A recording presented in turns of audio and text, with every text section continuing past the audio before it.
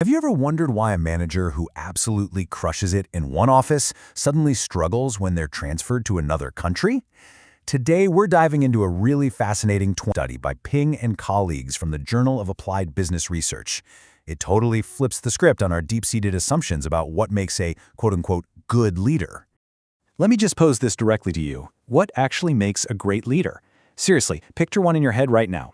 If you're used to Western corporate culture, I bet you're picturing someone charismatic, loud, and highly visible. You know, the kind of person who commands a room the second they walk in. But is that outgoing, larger-than-life energy a universal requirement? Or is it just a cultural bias? Well, to answer that, we've got to look at what actually holds a team together. Researchers Bennis and Nannis hit the nail on the head when they said, trust is the emotional glue that binds followers and leaders together. Think about that.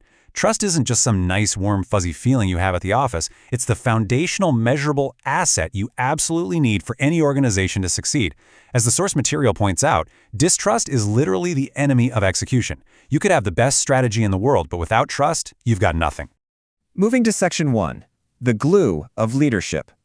So before we figure out who builds trust, we have to understand how academics actually measure it, because it's not just one thing.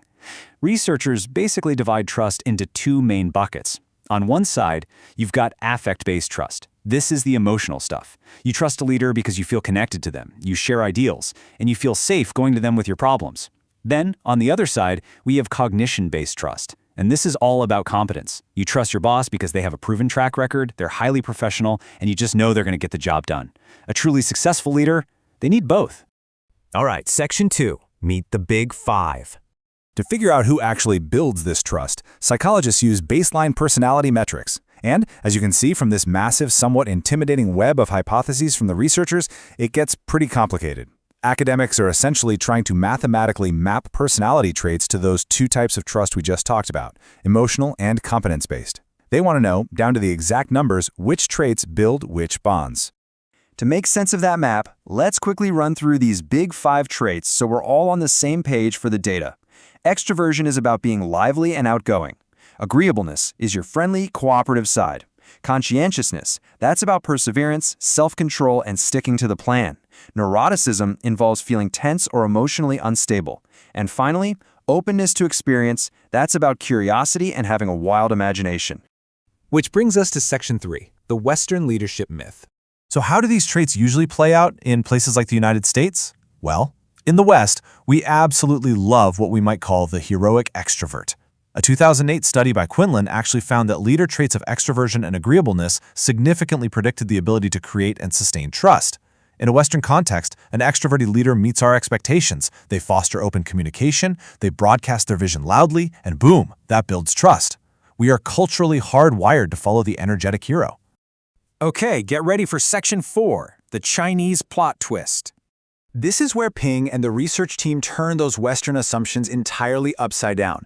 And they didn't just guess here. They went out and gathered a really robust sample size of 137 Chinese supervisor-employee Dyads, meaning pairs of bosses and their direct reports. And they didn't just look at one narrow industry either. They surveyed state-owned companies, private enterprises, and overseas-funded businesses to get a genuine cross-section of the corporate landscape in China.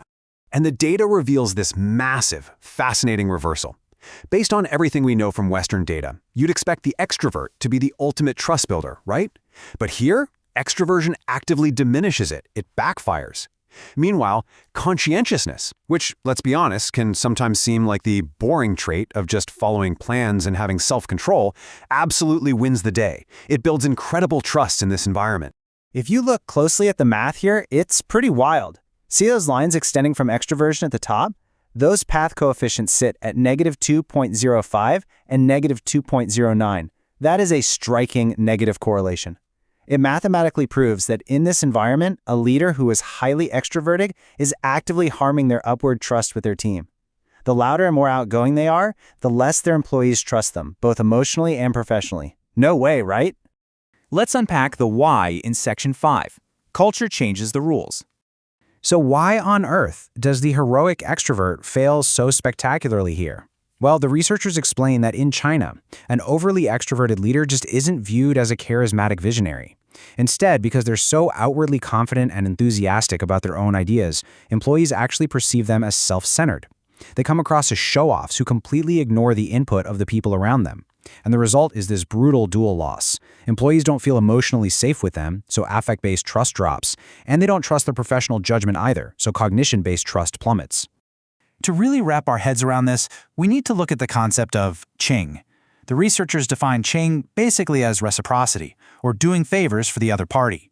In a Chinese organization, guanxi, or these deep organizational networks, are absolutely crucial. True trust doesn't come from giving some loud, hyped-up speech at a team meeting. It comes from deep emotional investment, quiet reciprocity, and steady relationship building. And the problem with the extrovert?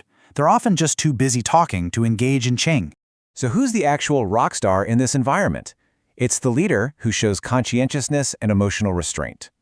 The researchers point out a really profound cultural insight here.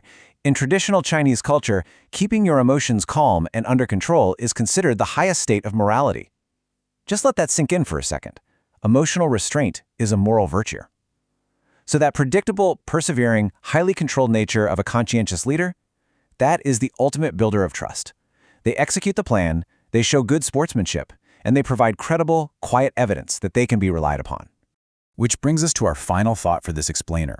We've just seen, both mathematically and culturally, that the rules of the game change completely when you cross borders. The loud, celebrated visionary in New York might be the distrusted show-off in Xi'an. So, if leadership isn't universal, what assumptions are you making about your own team? Are you valuing volume over virtue? Are you maybe mistaking quiet conscientiousness for a lack of passion? It's a powerful reminder to rethink what good leadership actually looks like depending on where you are.